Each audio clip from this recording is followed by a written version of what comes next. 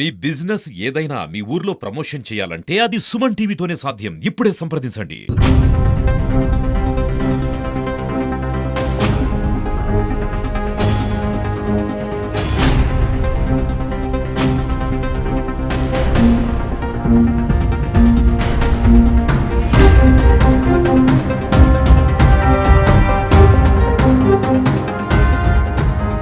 ఈ స్వచ్ఛ భారత్ దివస్ అనేది గౌరవ ప్రధానమంత్రి వర్లు ఒక ఆదేశాల మేరకు మనము దాదాపు గత 10 ఏళ్ళుగా మనము జరుపుకుంటున్నాము.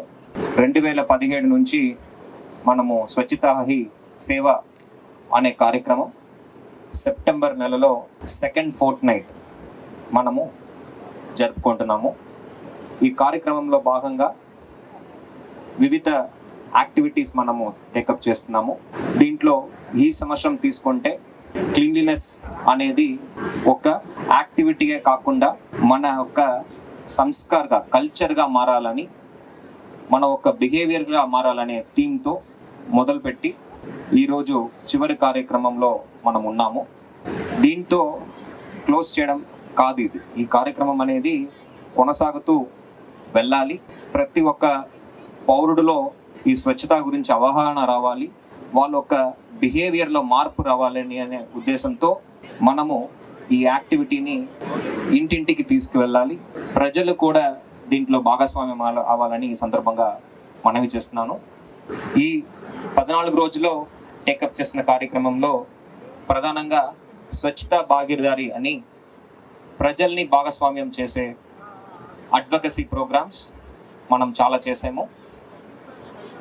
ఉదాహరణకి మనము ప్రారంభించిన రోజే బీచ్ క్లీన్లీనెస్ డ్రైవ్ చెకప్ చేయడం జరిగింది.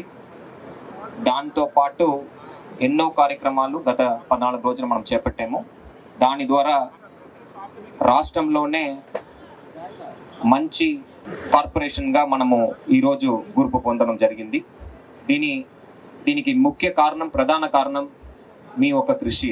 ఇక్కడ ఉన్న సఫాయి మిత్రుల ఒక కృషి వల్లే ఇది మనము సాధించగలిగాము. ఇంతే కాకుండా స్వచ్ఛ సర్వేక్షణలో దేశవ్యాప్తంగా మన 4వ స్థానం రీచ్ అయ్యామంటే కేవలం ఇక్కడ ఉన్న మన శానిటేషన్ వర్కర్స్, శానిటేషన్ సూపర్వైజర్స్ వాళ్ళ యొక్క డే అండ్ నైట్ ఎఫర్ట్ వల్లే అని నేను గర్వంగా చెప్పగలుగుతాను. ఇంతే కాకుండా ఈ 4తో ఆగిపోకుండా మనం అందరూ కూడా దేశంలోనే ఉన్నత స్థానానికి రీచ్ అవ్వడానికి కృషి చేయాలని సభాముఖంగా అందరినీ కూడా కోరుతున్నాను. ఈ స్వచ్ఛతకి భాగీదారి మాత్రం కాకుండా సంపూర్ణ స్వచ్ఛత అని అన్ని చోట్ల, ఎస్పెషలీ ఎక్కడ ఎక్కువ గార్బేజ్ కానీ సూవేజ్ కానీ అక్యుములేట్ అయి ఉందో వాటిని ఐడెంటిఫై చేసి క్లీన్లీనెస్ టార్గెట్ యూనిట్గా వాటిని గుర్తించి వాటిని అన్నిటిని కూడా మనం శుభ్రం చేసాము గత 14 రోజుల్లో.